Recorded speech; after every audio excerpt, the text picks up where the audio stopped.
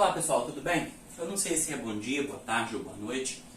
Eu não sei o horário que vocês vão estar participando da videoaula, se vocês estarão vendo a videoaula. Como vocês bem veem aqui, a disciplina é filosofia que nós vamos trabalhar. Primeira série do ensino médio. O meu nome, professor Wagner Barbosa de Oliveira. Já trabalho com essa disciplina há um tempo nas escolas da Rede Estadual do Espírito Santo.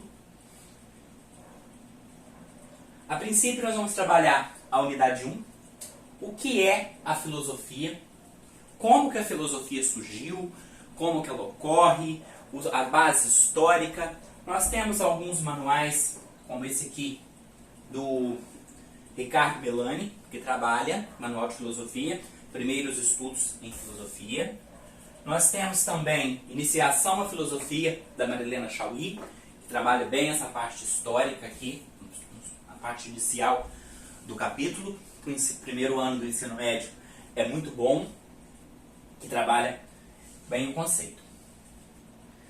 As nossas habilidades, nós como alunos, professores, estudantes de filosofia, iniciantes ou não, nós temos que reconhecer como se dá o surgimento da filosofia e a importância do uso da razão na vida do ser humano. É importante o uso da razão na vida do ser humano? Para que serve a razão? Para que serve a racionalidade? Para que eu tenho que estudar essa história do pensamento? Como que surgiu a filosofia? Quando surgiu a filosofia? Quem foram os primeiros filósofos? Os filósofos pré-socráticos, os filósofos socráticos, os filósofos sistemáticos, os helenísticos ou greco-romanos. Nós vamos falar de filosofia grega ou de filosofia clássica, de filosofia antiga, que tem os 4 períodos da história da filosofia antiga. Com os primeiros filósofos nós temos Tales de Mileto, Heráclito, Parmênides, Pitágoras, Demócrito e tantos outros. Conteúdos. O nascimento da filosofia, o pensador, o homem que pensa. Passagem do mito à razão. Condições históricas para esse surgimento. O que aconteceu? De repente aconteceu lá, pum! O homem descobriu que ele pensava, que ele era filósofo, que ele já sabia o que ele estava fazendo, ou essa passagem vai acontecendo gradativamente até hoje. Será que ainda existe o mito? Será que a mitologia ainda é presente na nossa sociedade? Ou nós somos completamente filosóficos? Primeiro nós temos que saber o que é a filosofia. A palavra vem do grego, que deriva do filia, amizade, amor fraterno. Sofia, sabedoria. Eu lembro muito bem do professor na faculdade falando a respeito do Philos mais Sofia. O professor João Casagrande, saudoso João Casagrande, quem é de Castelo aí, vai conhecer, vai lembrar, que tem até uma obra dele publicada, acho que é Vilas Culturais, que ele me deu aula para mim de filosofia quando eu cursava Direito, na antiga faculdade de Direito de Castelo. Ele falava muito a respeito dessa origem, Philos mais Sofia, ele tinha uma musiquinha que gravou muito, eu não lembro, não sei cantar como que ele cantava, mas ele explicava muito bem esse amor pela sabedoria, essa busca pelo conhecimento. E o filósofo, aquele que ama a sabedoria, tem amizade pelo saber, deseja saber. O filósofo, ele não é aquele que, como que eu posso falar? Ele não detém o conhecimento, mas ele sabe que ele não sabe. O ignorante, ele não sabe que ele não sabe. Nós temos que sair desse estágio de ignorância. E para nós sairmos desse estágio de ignorância, nós temos que ter a dúvida. Nós temos que ter o estranhamento diante da realidade. O espanto, como Aristóteles falava, algumas obras de Aristóteles falam que o homem começa a pensar a partir do espanto. Passagem do mito à razão. Razão, logos, o pensar. O pensamento mítico pertence ao campo do pensamento e da linguagem simbólica. O que o mito vem fazer para nós? Ele explica a realidade de maneira simbólica. O pensamento lógico pertence ao campo do pensamento e da linguagem conceitual. Olha a diferença. O pensamento mítico é simbólico. O pensamento lógico é conceitual. Deu para entender essa diferença? Quais as características da reflexão filosófica? Ela é radical, rigorosa, conjunto e crítica. Por que eu preciso aprender filosofia? Não seria muito mais fácil eu continuar na mitologia, no achismo, no simbolismo? Ou seria interessante eu me libertar dessas correntes? Como Platão diz na República, eu preciso sair da caverna, eu preciso encontrar a luz, eu preciso revelar a realidade, eu preciso conhecer o mundo como ele é e não ficar preso ao simbolismo, à mitologia que é colocada na nossa cabeça sem que nós questionemos sobre essa realidade. O homem tem que aprender a aprender, ele tem que questionar, ele tem que buscar esse saber, buscar o conhecimento. Características, como eu falei, vou falar de cada uma especificamente. Ela é radical. Ir até a raiz do problema. Não é ficar só no superficial e não conhecer. Porque, como nós vamos ver futuramente, as características, a descoberta do novo mundo se dá, a princípio, pelas viagens marítimas. Não ficaram só ali na praia, vendo as tempestades e criando monstros, mas se desbravaram. Como uma novela que está reprisando num canal aí, que eu prefiro nem citar o nome, O Novo Mundo, deu com a descoberta do Brasil, o período que você vai conhecendo a nova realidade, esse choque de realidade, esse buscar conhecer o novo. Busca uma realidade além das questões imediatas. Não é aquilo que vem de agora, mas eu tenho que conhecer o todo. As pessoas aqui observando esse elefante, somente através dos sentidos, eu posso conhecer o mundo somente através dos sentidos? Ou eu preciso de uma visão do todo, do raciocínio? Rigorosa, pensar sistematicamente. Aristóteles, lá no século III a.C., sistematizou o conhecimento, ele criou a lógica. O que ele fez? Ele produziu uma enciclopédia de todo o conhecimento até a sua época, do século VII até o século III a.C. Ele saiu lá de Pitágoras, de Tales de Mileto e chegou até nele, criando a lógica de forma sistemática. Buscar rigor nos conceitos. Nós não precisamos, o conceito não é da maneira que você vê a priori, mas você tem que buscar esse conceito, ir além do que você vê. Conjunto é uma reflexão contextualizada. É você fazer uma leitura dialética do mundo que você está inserido. É você entender a realidade. É você ter uma visão total do real. E não somente, igual aqui, a visão da tromba ou da orelha do elefante. Mas é você enxergar o elefante como um todo.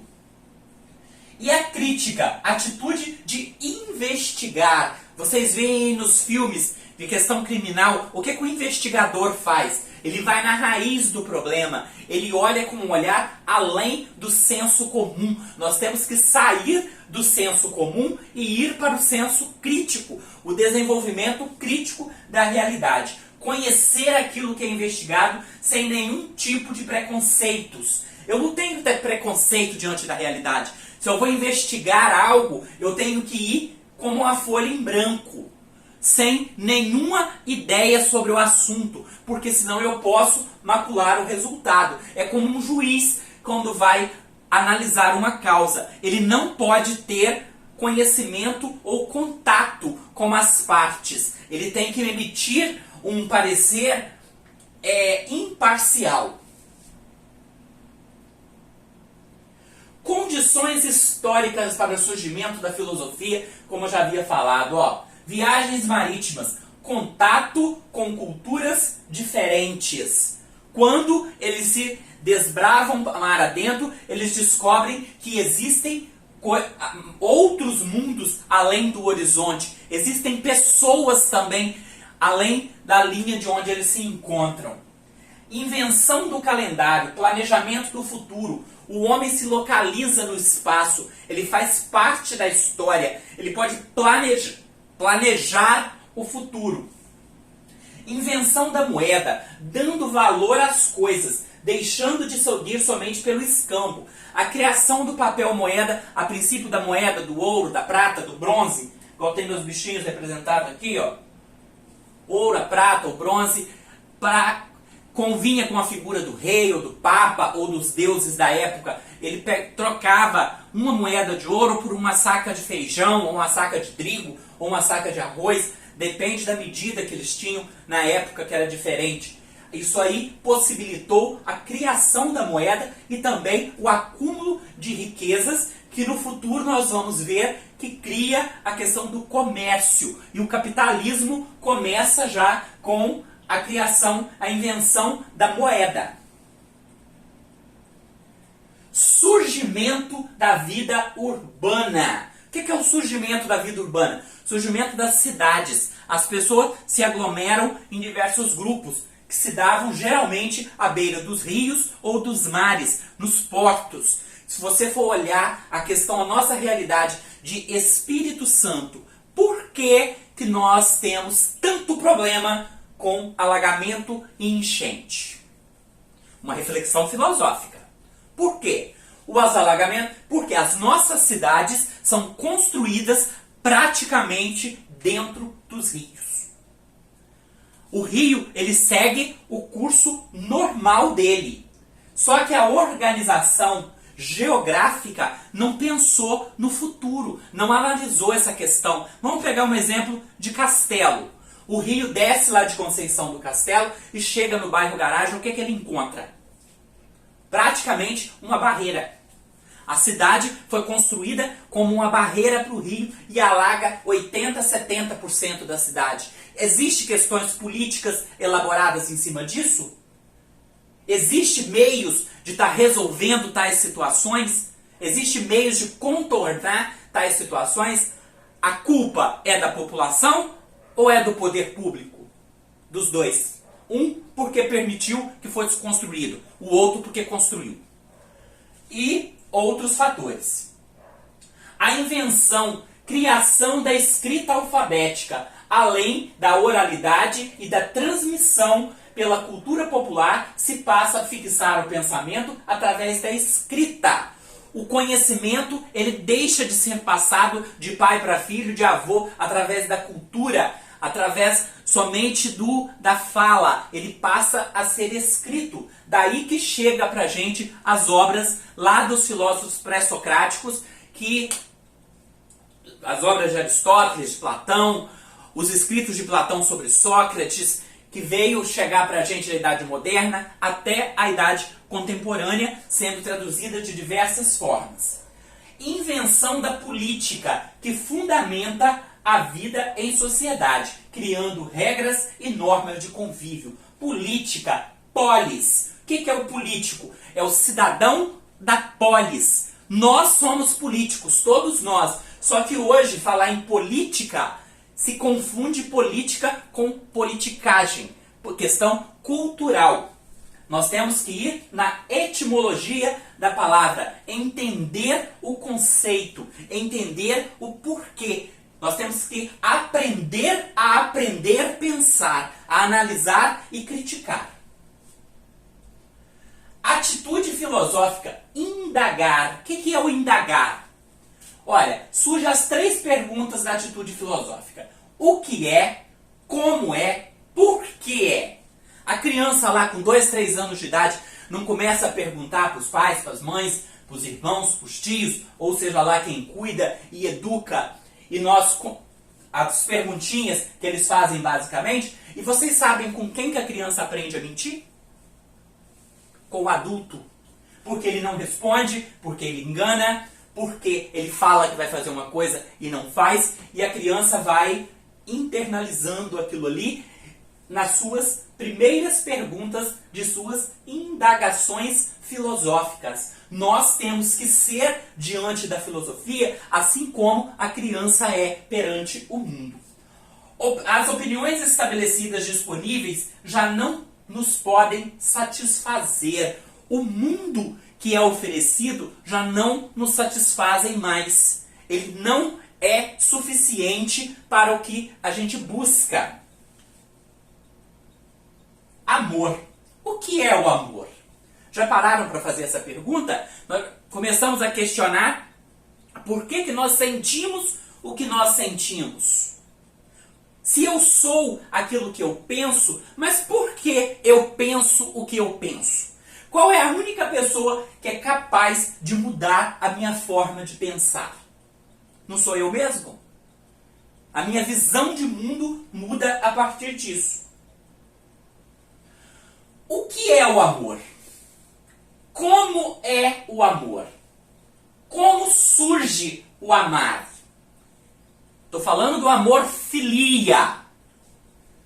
Não estou falando do amor erótico, que a eroticidade você se trabalha em outra etapa. Lá no segundo ano do ensino médio, a gente se trabalha a questão do erótico. O erótico é diferente do pornográfico.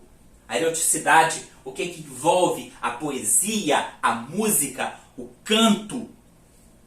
Esse amor que move, esse sentimento que movimenta, o amor pela política, o amor pela informática, o amor pela matemática, o amor pelos deuses. A filosofia torna-se, então, o pensamento interrogando-se a si mesmo, por ser uma volta que o pensamento realiza sobre si mesmo. A filosofia se realiza como reflexão. O que é pensar? Como é pensar? Por que há o pensar? Por que existe o pensamento? Essa reflexão filosófica de eu pensar por que eu penso o que eu penso. Já pararam para pensar? Por que vocês pensam o que vocês pensam? Olha aqui o emaranhado que costuma dar na nossa cabeça. Surge até alguns desenhozinhos. É dessa forma, não é? Nós ficamos bem confusos. Por que eu penso o que penso? Porque eu penso o que penso. Já pararam para pensar por que você pensa o que você pensa? Nós somos aquilo que nós pensamos o dia todo. Mas por que eu penso o que eu penso? Se eu penso que eu não penso, eu já estou pensando. Então é possível fugir do pensar? É possível eu fugir do pensamento, da realidade que está ao meu redor? Mas o que é a realidade? Será que a realidade é realmente real? Já perguntaram sobre isso? Essa é uma atitude filosófica lá do estranhamento diante da realidade. E ficamos por aqui com a parte introdutória da filosofia. Obrigado a todos e até a próxima. Fiquem em casa e bem atentos ao nosso conteúdo, porque eu voltarei em breve.